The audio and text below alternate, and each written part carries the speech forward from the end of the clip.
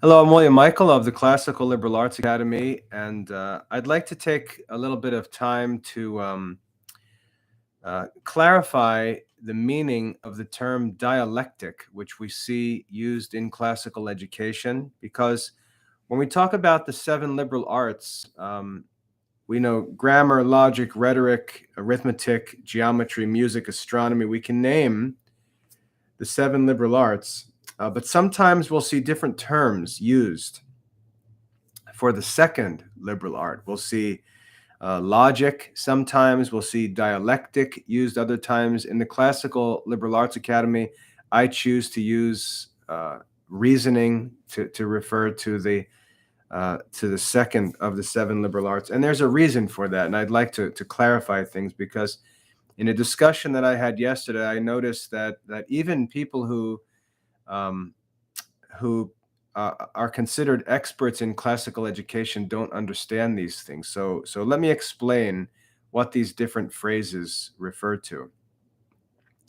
The confusion with these terms is caused by the fact that reasoning, the art of reasoning, was an art that was not understood through ancient history. It was an art that wise men were seeking to understand. Some men had more skill at it than others. Some used that skill for evil, like men who were called sophists. But as time went on, more and more of the art of reasoning was discovered by history's wise philosophers. When we look back to the time of Socrates, that's where progress really starts to be made. Socrates, we know, is called the father of what we name the Socratic method, right? The Socratic method. The Socratic method is a type of reasoning. It's part of the art of reasoning. It's one kind of reasoning. Socrates was able to establish the method that forms a part of the art of reasoning. And the method that Socrates developed is called dialectical reasoning. Dialectical reasoning. So the Socratic method is what we mean by dialectic. That's dialectical reasoning. Okay? So to be really clear historically, the Socratic method is what we refer to as dialectic. Okay? Um, that was developed by Socrates and employed by Plato, who really didn't make much progress in continuing to develop the art of reasoning. We can see from his dialogues that he was content to take the method of Socrates and simply put it to work in the investigation of philosophical questions. And we can easily see the fault of the Socratic method in the fact that Plato is actually unable to demonstrate very much about anything. Many of his dialogues are simply negative. They're effective at proving what is not true, what is not possible, by leading men to contradiction and doubt.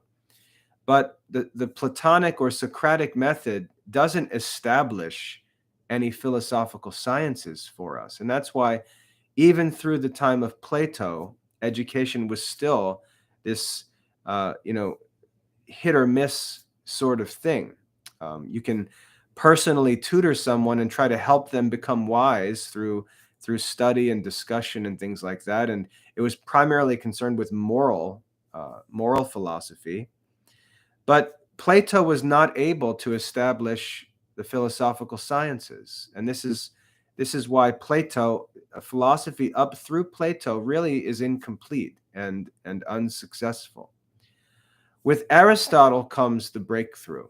Aristotle is the one who, after Plato, by making corrections to some errors in Plato's philosophy, is actually able to establish the art of demonstrative reasoning.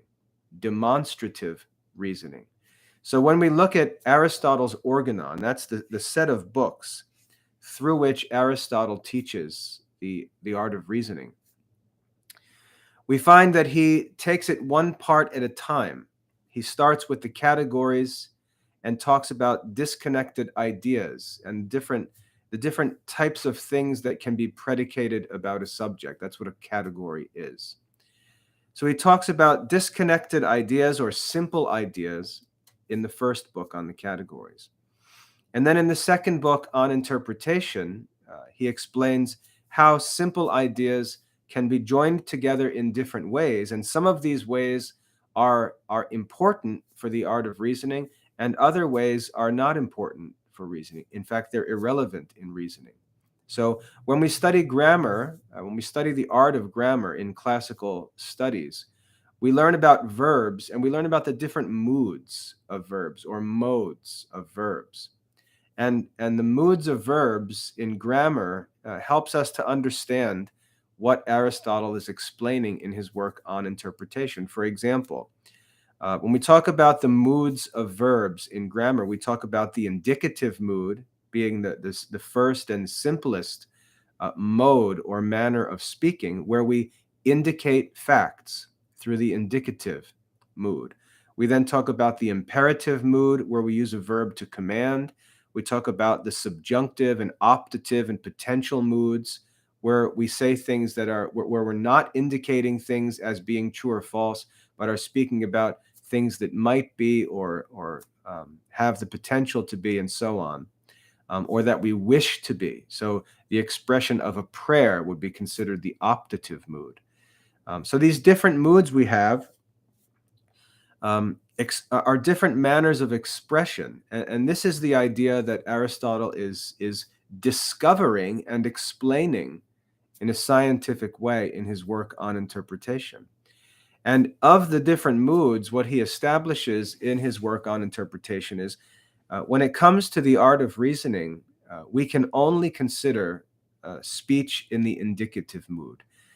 Everything has to be in the indicative. We cannot consider prayers or commands or questions, because these statements are not true or false.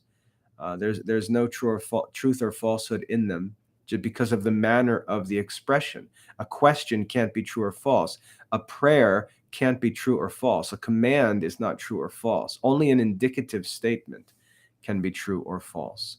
And therefore, Aristotle establishes in On Interpretation what kind of statements or what kind of proposition we can use in reasoning.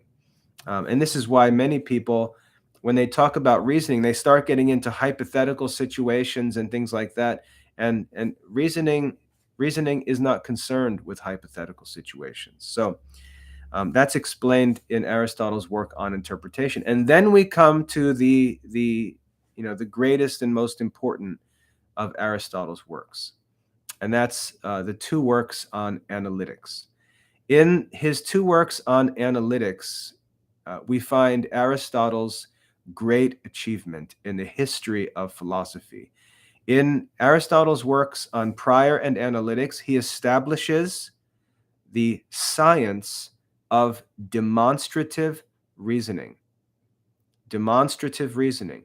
This is a science that was not known to Plato or Socrates or any of the philosophers before them. This science of demonstrative reasoning is Aristotle's discovery and contribution to the history of human learning. And this is found in his two works on analytics, which are called Prior and Posterior, First and Second Analytics. Okay, and you can see he gives it a name, analytics. It's a different kind of reasoning. It's not dialectic. It's something different. It's demonstrative reasoning. It's different from dialectical reasoning, different from the Socratic method. Okay, and if you want to get into that, you're going to need to study the course. You can study it with us in the academy, but those two books on analytics teach a new and different kind of reasoning that Socrates and Plato did not know and could not study or teach. And so when Aristotle establishes the art of demonstrative reasoning, and you'll notice I go back and forth between the use of the words science and art. Science has to do with the actual content of the study. Art has to do with the actual practice and use of that science. So I may flip-flop between science and art, but they're both referring to the art of reasoning. And in the Analytics, Aristotle establishes and teaches the art of demonstrative reasoning. In the next book of the Organon, Aristotle, the next book is titled The Topics. And in the Topics, Aristotle teaches the art of dialectical reasoning. So what Socrates develops and what Socrates and Plato make use of is useful in certain contexts with certain questions to bring about certain results. It's not sufficient for the establishment of philosophical sciences. And that's why education really could never get going until after Plato, until Aristotle established the science of demonstrative reasoning, and I'll explain why. In the fourth book of Aristotle's Organon, he teaches the art of dialectical reasoning. He teaches the art of dialectic, the Socratic method. So what Socrates maybe develops and kind of understands in a practical way, but without any real systematic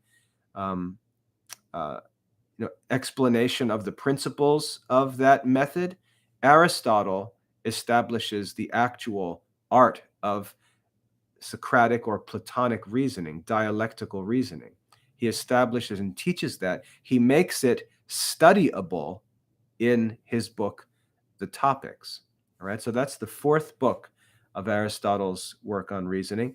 Then in the fifth book, we have what are called sophistical refutations. Actually, I got those numbers wrong. Let me just clarify that. The first book is the categories. The second book is on interpretation. Then we have prior and posterior analytics. So that's 4. Then topics is the 5th book. And then the 6th book is called sophistical refutations. All right.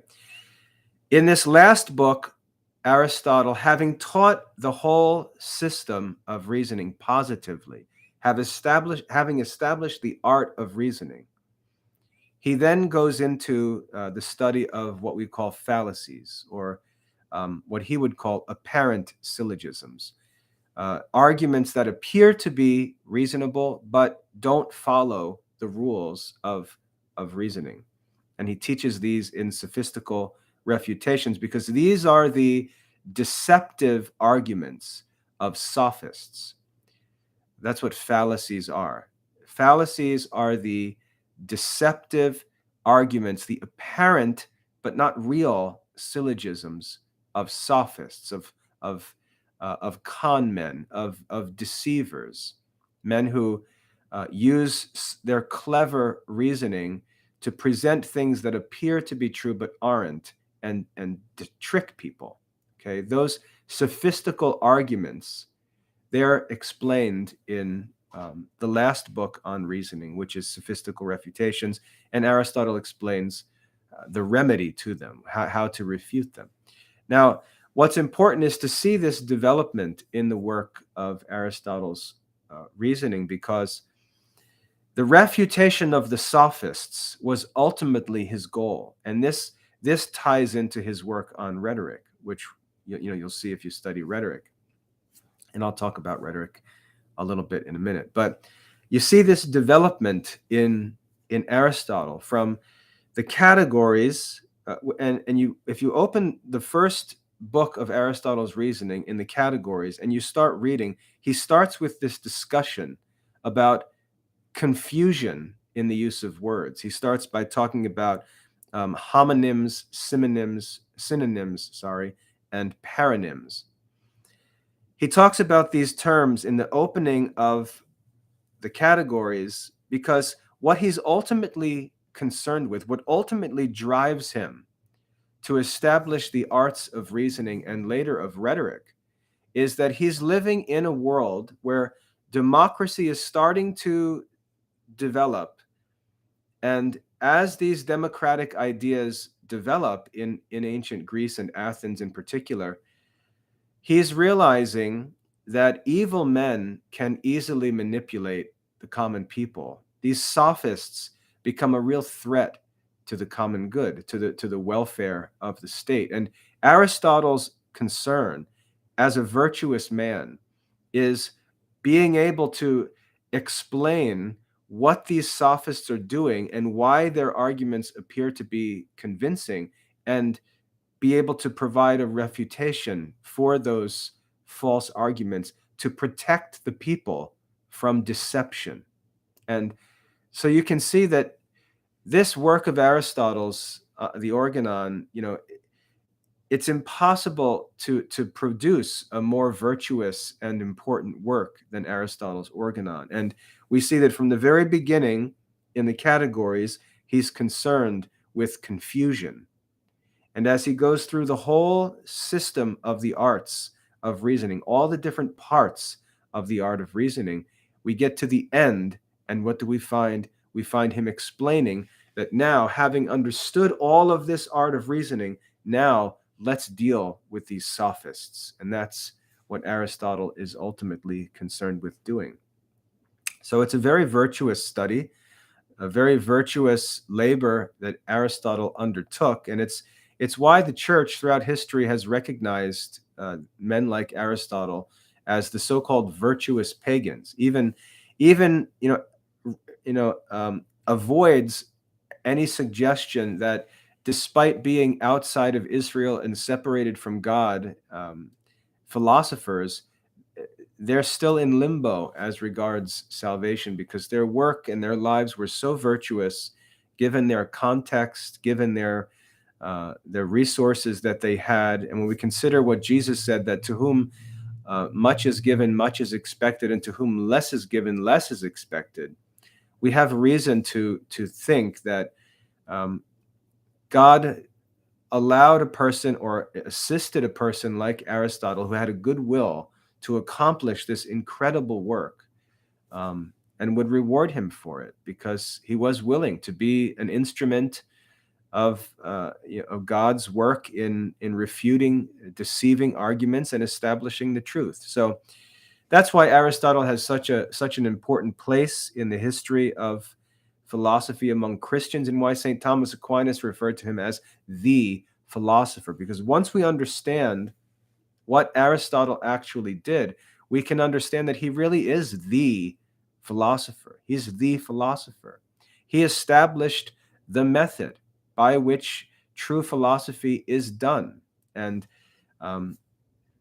so we have that in the works of the Organon. And you can see now what the word dialectic means. Okay, so dialectic refers to Socratic reasoning, Platonic reasoning, the reasoning that's carried out through dialogue. That's where the word dialectical comes from. It's dialogue, and there's a method to it. It's not just discussion. Don't allow any of this fake classical education movement to tell you that the dialectical reasoning or the Socratic method is just getting in class with a bunch of kids, reading a book, and then talking about it. That's not what the Socratic method is. The Socratic method is the art that's taught in Aristotle's Topics. That's what the Socratic method is. And so you can't have people who have never even studied Aristotle's Topics going around telling people that they're using the Socratic method. It's just nutsy. In order to even know what the Socratic method is, you have to study Aristotle's Topics, where that method is actually explained with all of its principles and uses. So the Socratic method is actually something quite complicated. It's a system of principles and rules by which arguments are produced of a certain kind with a certain purpose. It's a method. It's not just some guys talking in the street, some social butterflies who like to talk about literature and things like that. That's not what the Socratic method is. It's much more than that. But at the same time, the Socratic method is not sufficient for the establishment of philosophical sciences. So what happens in history of philosophy is that Aristotle cracks the code, as it were, and forges the key. He establishes the art of demonstrative reasoning and really systematizes and clarifies the Socratic method and establishes the art of dialectical reasoning. And Aristotle explains that these kinds of reasoning have different uses. There's a different time and place for each of them, a different purpose for each of them. And he establishes those arts, which is, it seems when you read these works and consider the time and place in which they were composed, it seems almost miraculous or superhuman. That's how special Aristotle is. But Aristotle establishes the method, the organon, the instrument for the investigation of the truth, for the establishment of philosophical science, which Socrates, Plato, Pythagoras, all of the pre-Socratic philosophers could not do. They could not do it. Aristotle establishes the method. Then what Aristotle does is, being the master of the method of demonstrative reasoning and having such incredible mastery of the method because he established and systematized and articulated the art of that science, he then takes that art as an instrument, as it were. That's what the word organon means. He takes that instrument and then applies it to all of the philosophical questions that the pre-Socratic philosophers, Socrates and Plato, were wrestling with all through history, but didn't have the instrument to conduct and succeed in the investigation. Aristotle now has that instrument, and in Aristotle's life, he sets to work in his school with his peripatetic school of philosophy to now go and take that instrument and use it to investigate the philosophical subjects. And so what we see is the production of not only the art of reasoning, which is one branch of philosophy, but we see the establishment of the other philosophical sciences as well. We see Aristotle publish the science of ethics and moral philosophy.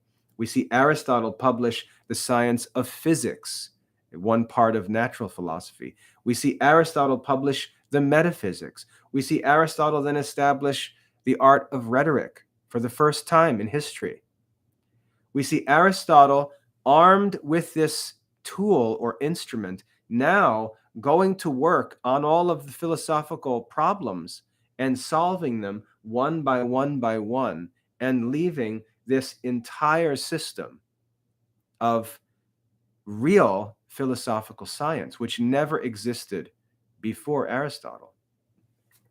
So Aristotle changes the whole world. He changes everything, because not only does he establish the method, but he also uses that method, the master of it, who will ever use the method better than Aristotle himself, and he uses it to establish the philosophical sciences. Now, why that's important is because the establishment of the philosophical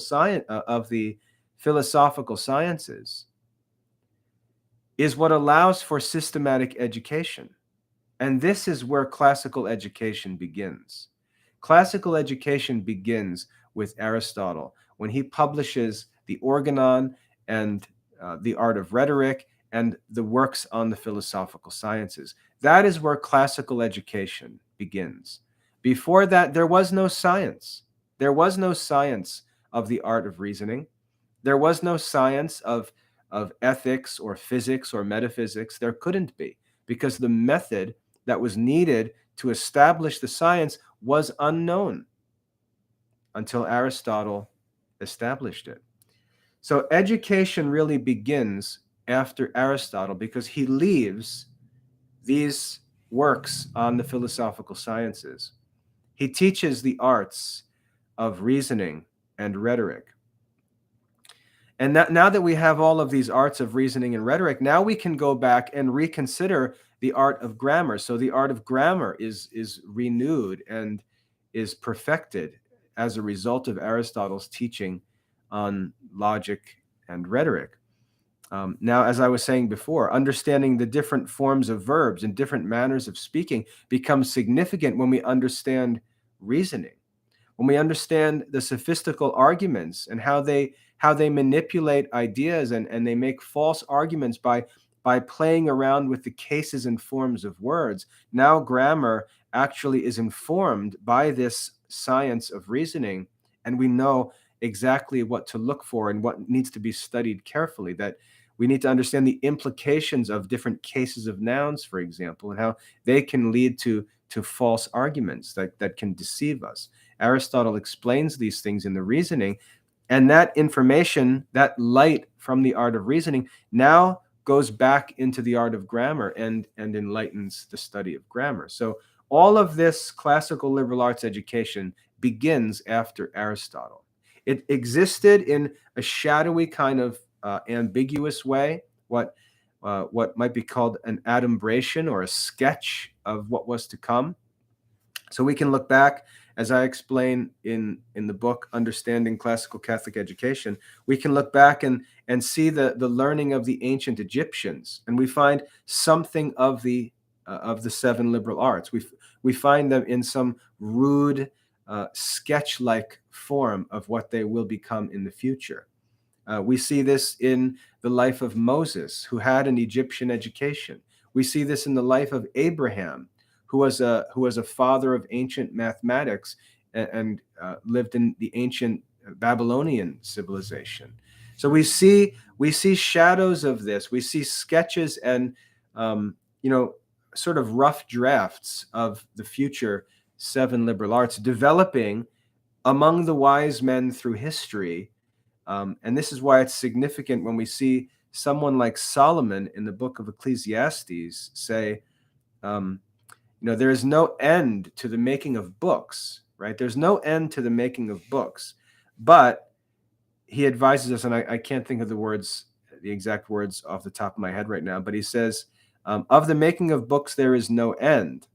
But he says, the words of the wise are like goads. They are given by one shepherd. And beyond these, basically do not study what is outside of these. So the writings of the wise, which Solomon understood, and this was like 950 BC. So this is 600 years before Aristotle. Solomon could already refer to the writings of the wise, the words of the wise. And he says in Proverbs, they're riddles or they're parables.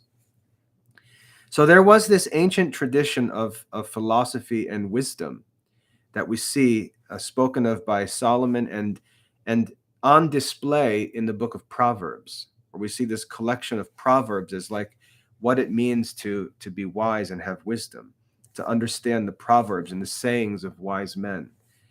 But then we still have no real systematic education, nothing that can be offered more broadly to more people. It's a very private thing pursued by individual philosophers throughout the entire course of their lives.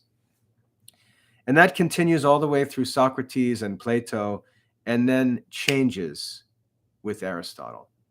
Aristotle establishes the method of demonstrative reasoning, takes it and puts it to work to establish the philosophical sciences, and all of a sudden we have a library of the philosophical sciences, one of which is reasoning, one of which is ethics, another is physics, another metaphysics, and then minor works which continue those general studies into more specific subjects. And by specific, what I mean is the general subject of physics then divides into a number of different species or divisions within physics. And then Aristotle treats those sciences as well in his minor works. And so we have this whole system of philosophical science that never existed before. Men may have known many of the things in Aristotle's works. We may find them in older philosophers. We may find them in the writings of Moses and of Solomon and so on.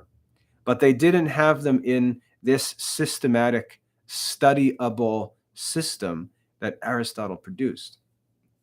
And so education after Aristotle begins to formalize. And that's where classical education begins. And we see that tradition of schooling and systematic instruction developing after Aristotle in Hellenic, or I should say Hellenistic civilization, the civilization that's associated with Alexander the Great and his spread of Greek culture through the whole world. Remember, Alexander was a disciple of Aristotle's school. And so we see the spread of this Aristotelian science all through the world in the time of Alexander. We then have the Roman Empire arise, though, and that changes things because the Romans had a different disposition. They weren't philosophers like the Greeks. They weren't Aristotelian. They were more pragmatic and concerned with government. They were more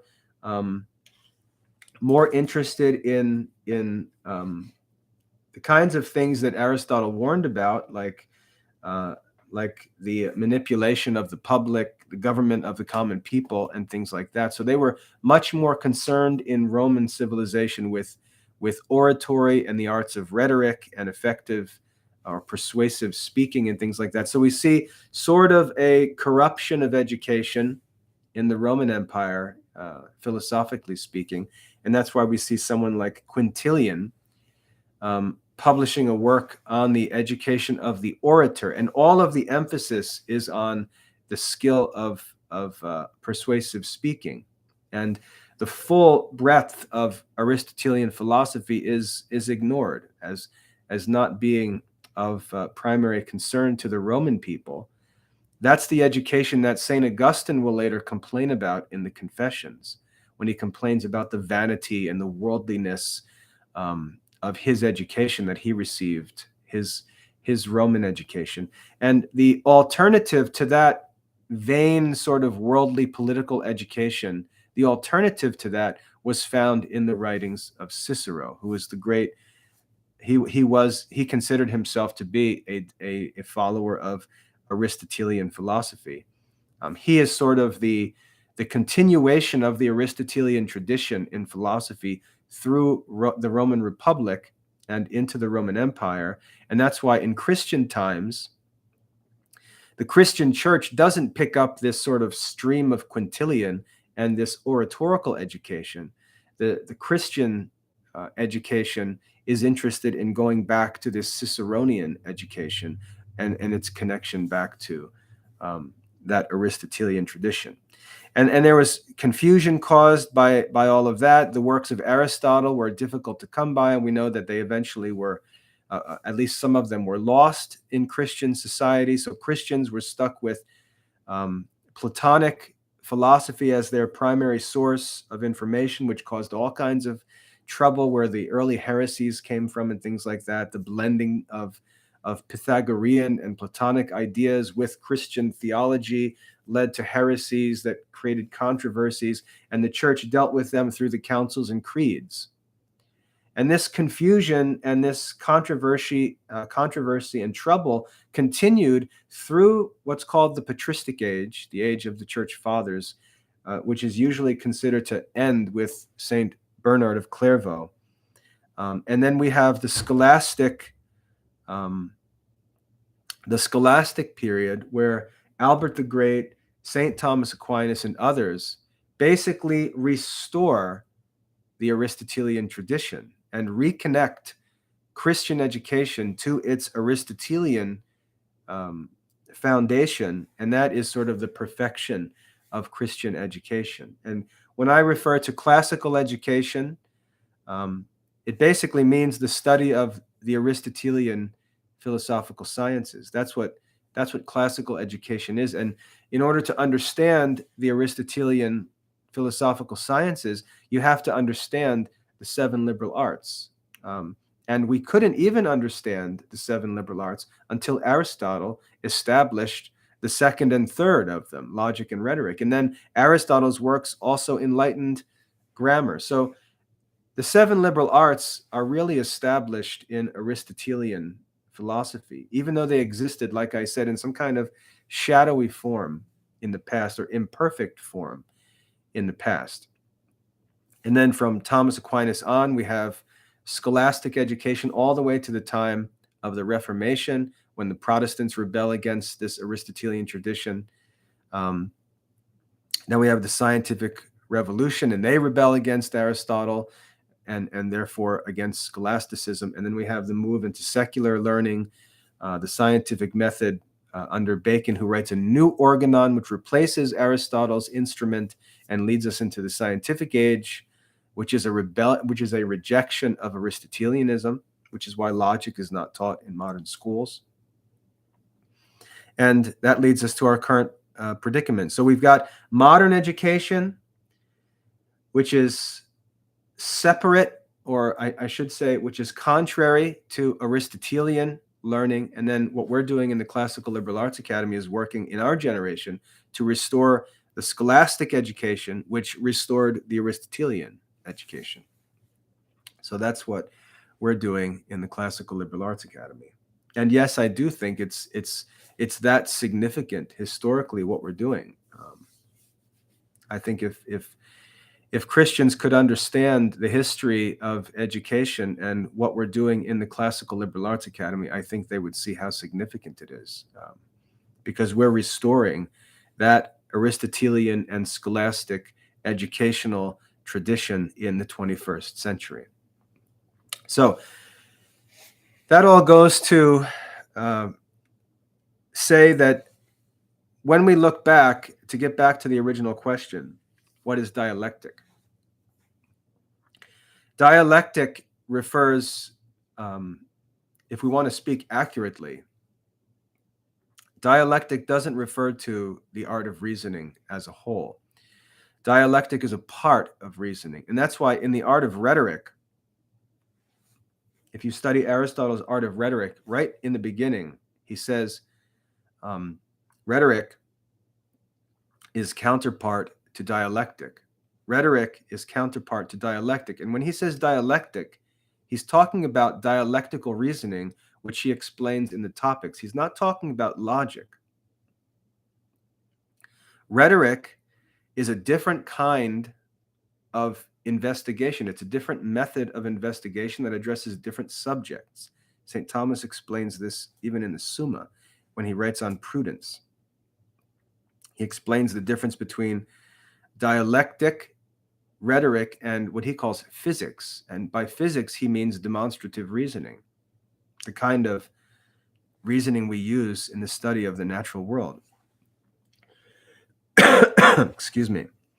But anyway, the reason I mentioned that was because in the rhetoric, Aristotle says that rhetoric is counterpart to dialectic. Rhetoric and dialectic go together because dialectical reasoning is the kind of reasoning we use when we're seeking to persuade others.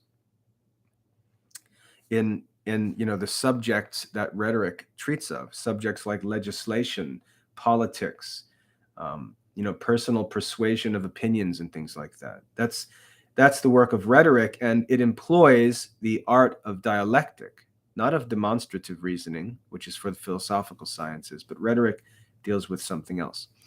So dialectic refers to dialectical reasoning, the Socratic method, which is in sort of sloppy, crude form in the time of Socrates, just practiced by a few highly skilled men in the time of Plato, and then is actually systematized as an art and science by Aristotle in the topics in the Organon. That's what dialectic. That's what the word dialectic actually means. This is why in the Classical Liberal Arts Academy, I name the second liberal art reasoning, because it covers all of the different kinds of reasoning. Dialectic is just one species of reasoning. And then we could say logic.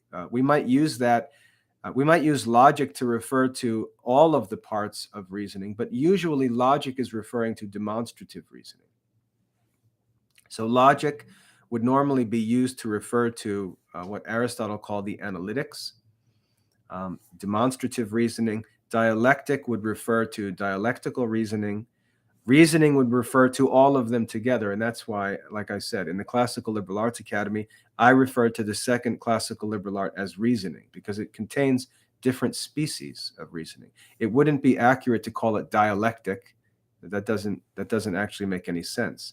And logic, that term is used in modern society and has a different sense. It's got this idea of mathematical logic, which has nothing to do with classical reasoning. So I use the term reasoning to refer to the second classical liberal art. Now, some people may say, hold on a minute, I think you're making stuff up here, because I saw a painting from the 1200s or 1100s, right? I saw a painting and it lists the seven liberal arts.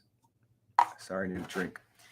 It lists the seven liberal arts, and in that painting, it doesn't say reasoning or logic. It says dialectic. So what's the deal?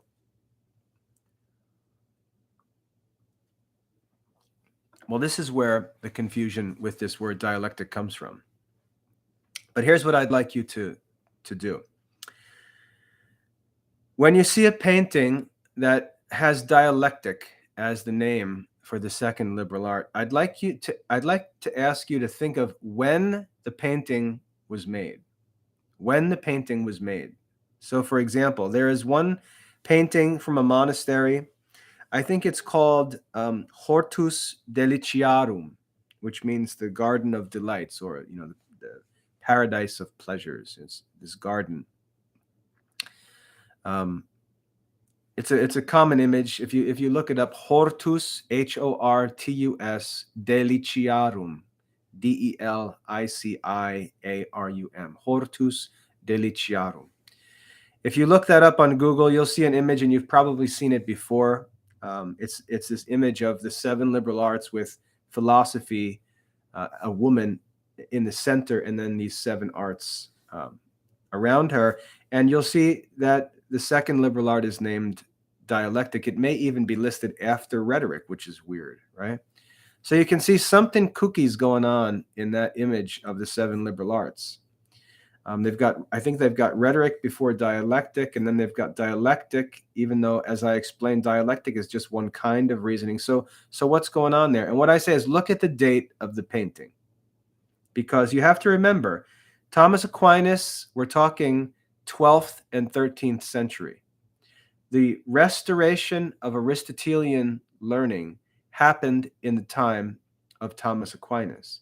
And before that, before the time of Thomas Aquinas, you had this sort of half-baked, partially maintained classical education that was more Platonic.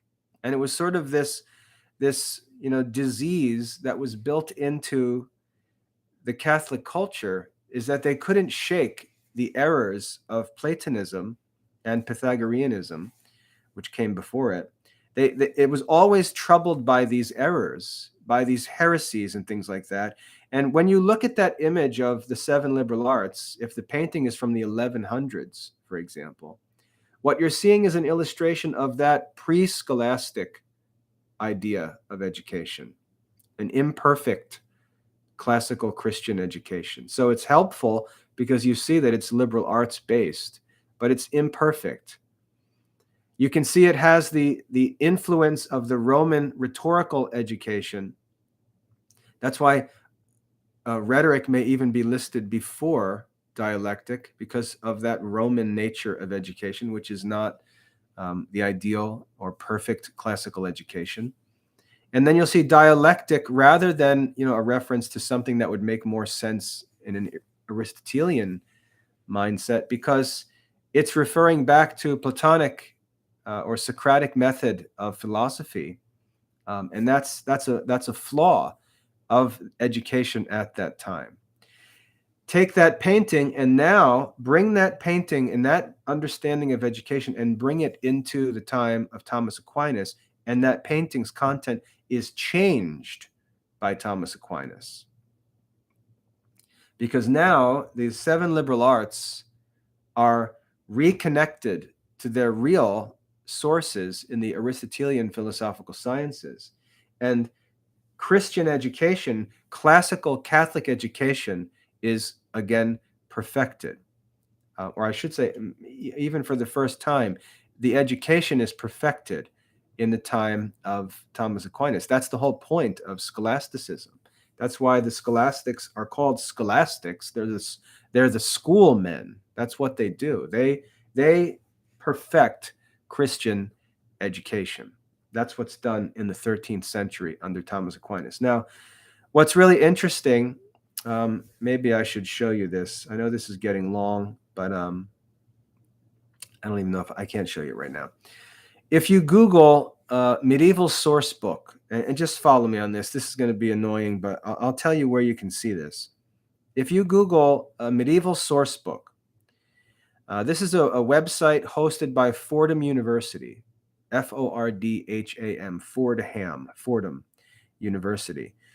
They've got this great website where they've got all of these medieval primary source documents, a library of them online. And if you look on the left menu on that website, you go down and you'll see, I think there's one of the topics is intellectual life. And if you hit that link, it opens up a page, and then scroll down and find the 13th century. Find the 13th century, and you'll see the very first link. The very first link shows you the statutes of the University of Paris in 1215. The statutes of the University of Paris in 1215. What that is a summary of the curriculum of the educational program that was being taught at the University of Paris in 1215, right around this time of St. Albert the Great, St. Dominic, St. Thomas Aquinas. You can see a record of the course of studies at the University of Paris in 1215. And what you'll see there if you read it, and it may take some getting used to. I've been doing this for 25 years. These things are easy for me to bounce in and out of and read, but I know that most people, they haven't spent much time in these things. It may just take some time for you to figure out what's actually on the page, all right? But when you see it, you're going to see that it refers to the old logic and the new logic in the University of Paris curriculum. Well, that's what this is talking about. The old logic is referring to the, Platonic dialectic type logic. The new logic, the so-called new logic, is not historically new. It's the logic that is being restored by these men, by Albert the Great and Thomas Aquinas, and is being introduced to the schools as the new logic studies, even though they're old. It's the new logic. So the restoration of Aristotelian reasoning in schools, which is what the scholastics accomplished, that restoration was referred to as the new logic. All right, and you'll see that in the University of Paris statutes from 1215. And that's why if you look at an image from the 1100s of the seven liberal arts, what you're seeing is that old logic, the educational system that existed up until then, which was inferior to the scholastic system. And then you have the establishment of the new logic. So that's why you might look at a picture of the seven liberal arts and find the second art named Dialectic. It's because that's a pre-scholastic image of the seven liberal arts, and it's an imperfect one that would be corrected and improved by Thomas Aquinas and the scholastics.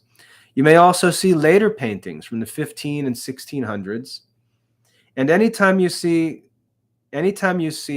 paintings and talk about classical education from the 15 and 1600s, you've got to remember what's going on at that time. That's the time of the Renaissance.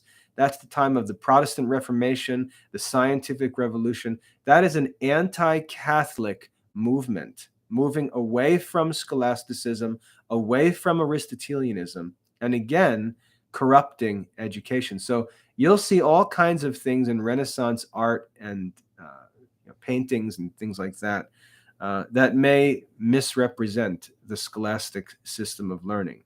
So don't put too much attention on images that come from before the scholastic period or after the Renaissance period, because those are times where things are less than perfect.